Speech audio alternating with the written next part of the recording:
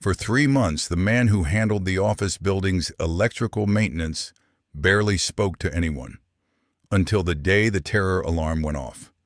And while everyone panicked, the ordinary electrician suddenly changed, as if he'd been waiting for this moment his entire life. Welcome to Silent Hero Stories. Before we continue with this powerful story, tell me in the comments what city you're watching from today. And if you believe the stories of silent heroes need to be heard, hit that subscribe button. These stories must not be forgotten. Marcus Webb arrived every Tuesday morning at 8:30 sharp. Through the main entrance of the federal building in downtown Dallas, past security, up the elevator to the 12th floor, straight to the electrical panel room. Never late, never early. Always on time. His bag always contained the same things: multimeter, plier set, screwdrivers, electrical tape. Standard electrician equipment. Nothing extra, nothing missing. Simple and functional. The building's security manager, Rachel Davidson, had been watching him for 3 months. She didn't know why. The man worked perfectly. No complaints had come in. He paid his bills on time, but there was something, a feeling. Marcus's way of speaking was very brief. "Good morning." "Thank you." "Have a good day." Nothing more. He didn't smile, didn't joke. He'd do his job and leave. The employees had barely begun to notice him. He was so quiet, he was like a ghost. He'd work for hours in the electrical panel room, never bothering anyone. Perfect employee. But there was something that caught Rachel's attention. Every time the man came, he first checked the locations of the security cameras. Very slight, barely noticeable glances. But Rachel had been in security for 15 years. She recognized these kinds of looks. Marcus's hands were different too. These weren't electrician hands. Too clean, too careful. There were calluses, but not from electrical work, from something else. Rachel knew this, but couldn't place what it was. Rachel began watching Marcus through the security cameras, just out of curiosity. The man really was different. When working in the electrical panel room, his movement was very systematic. He placed each cable as if he'd planned it beforehand. No trial and error, no going back. He did it right the first time. And the strangest part? He never took notes. Electricians usually draw schematics, take notes, make plans. Marcus did none of these, as if he knew the electrical system by heart. One day Rachel decided to approach him. She went to the electrical panel room. "Marcus, how's it going?" The man turned his head. "Going well, ma'am." "Ma'am? Why would a civilian electrician say ma'am? Any problems with the system?" "No, ma'am. Routine maintenance." "How long have you been doing this work?" Marcus had hesitated, a very brief hesitation, but Rachel had noticed. "Many years." "Where did you learn?" "Various places." The answers were very vague, very evasive. Rachel wanted to ask more questions, but Marcus had returned to his work. The conversation was over. That evening, Rachel examined Marcus's file. Webb Electrical Services. Small company. Good references. Clean background. But something was missing. Too clean. Too perfect. As weeks passed, Marcus's routine never changed. Every Tuesday, same time, same procedures. Rachel had stopped watching him. Maybe she was being paranoid. But rumors about Marcus had started among the employees. That he was too quiet, never talked, never smiled. Some found him mysterious, others just strange. Jennifer from accounting said, "The guy's like a robot. Never makes mistakes, never asks questions." David from IT said, "He knows the electrical system really well, like he's the one who designed this place." But the most interesting comment came from Maria, the cleaning lady. That man moves like a soldier. His walk, his posture, I recognize military. When Rachel heard this comment, her interest was rekindled. Could Maria be right? The next Tuesday, Rachel specifically observed Marcus. Maria was right. The man really did walk like a soldier. Straight back, measured steps, environment constantly under surveillance.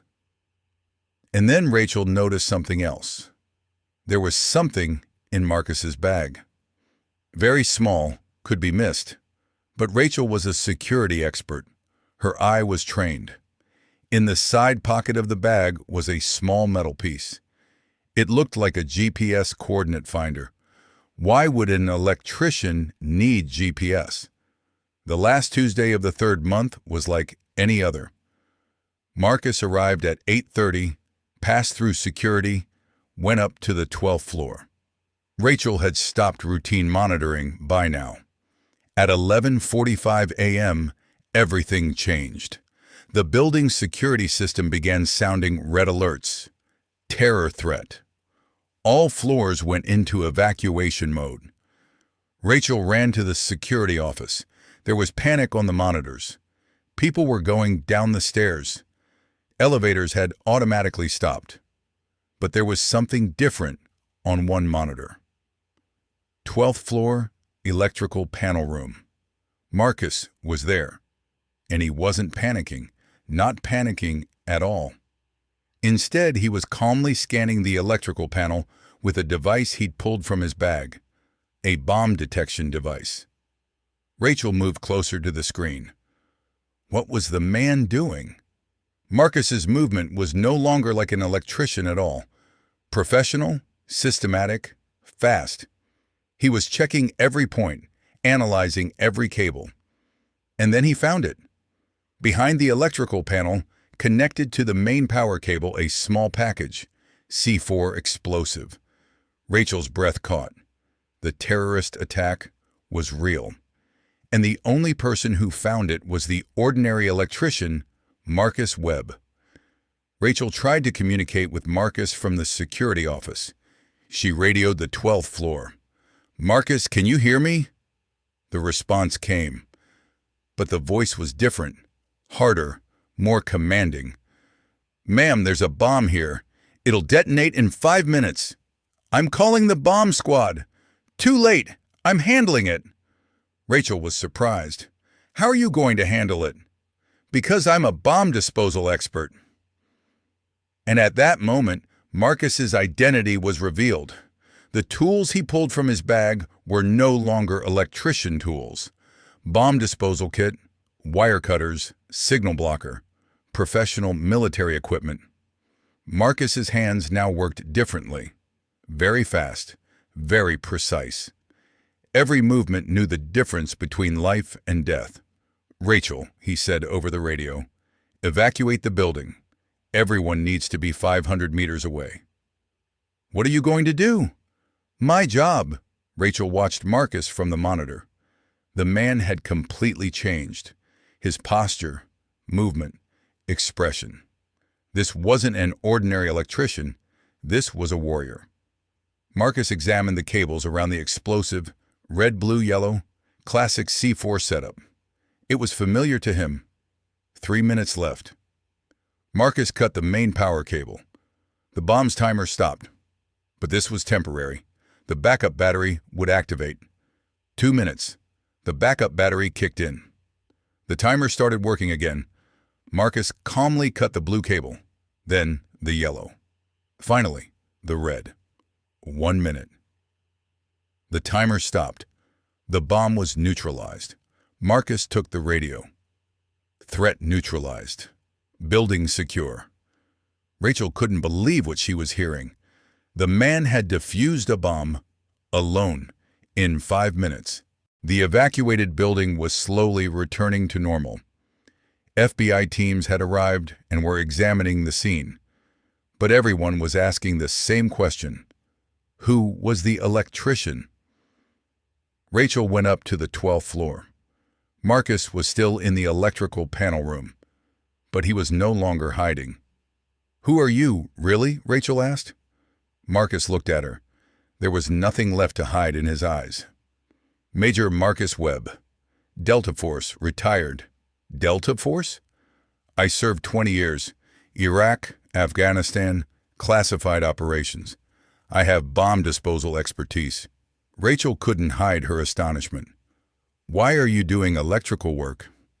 "Because retiring isn't easy, especially after our kind of work. Civilian life is different. But today the person I used to be came back. Temporarily, FBI agents entered the room. Their leader, Agent Johnson, approached Marcus. "Are you the person who defused the bomb?" "Yes." "May we see your identification?" The ID Marcus pulled from his bag was his real identity. Major Marcus Webb, Delta Force. Classified clearance. Agent Johnson examined the ID. "Sir, your file shows you as an electrician. Cover identity. For security reasons." "Why were you working here?" Marcus paused. "Because I knew there was a terror risk at this building." Rachel was surprised. "How did you know?" "I received intel, unofficial sources. I learned an attack was being planned at this building. But I had no proof. I couldn't go to the FBI." "What did you do?" "I came and took protection into my own hands." Agent Johnson was taking notes. "You worked here for 3 months just to protect the building?" "Yes." "Why didn't you use official channels?" "Because nobody believes retired soldiers. But if the bomb had exploded, everyone would have regretted it." After the FBI investigation was completed, Rachel was alone with Marcus. "You're a real hero," she said. Marcus shook his head. "Number I just did my job. You protected this building for 3 months? Nobody knew. I didn't want them to know." "Why?" Marcus didn't answer for a long time, then he spoke. "The first thing taught in Delta Force. The most effective protection is unseen protection. The enemy must not notice you. I wasn't noticed. But now everyone knows. Now my mission is complete." Rachel looked at him. "What about your electrical work?" Marcus smiled. It was the first time he'd smiled in 3 months. "Webb Electrical Services is real. I'm a real electrician. But I'm also Delta Force. The two go together." "How?" "Electrical work provides me perfect cover. I can enter any building, learn security systems, detect threats, and intervene when necessary." Rachel was amazed. "So you're still in active operation?" "Unofficially. The government doesn't completely let go of guys like me.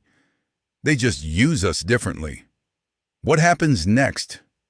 "Another building, another threat. I'll become the quiet electrician again, until the day I'm needed again." That evening, the entire building watched Marcus's departure, but this time not as an electrician, but as a hero. He waited at the security entrance. Everyone thanked him, applauded. But he was still the same quiet man. Rachel asked him one last question. "Marcus, how did you know there was really danger in this building?" Marcus looked at her. There was nothing secret left in his eyes. "Because I lived in the middle of danger for 20 years. I can smell it." And he left. But this time, everyone knew he wasn't just an electrician. Marcus Webb was a Delta Force major, and he was quietly protecting the city, because that's how real heroes work. Unseen, unknown, not expecting thanks. Now, do you know someone like this? Someone who appears ordinary, but has an extraordinary past? Write their names in the comments. Share their stories. At Silent Hero Stories, we won't forget these silent protectors. If this video touched you, subscribe and share. These stories must live on. See you in the next video. And remember, if you see a quiet electrician, maybe he's not just an electrician.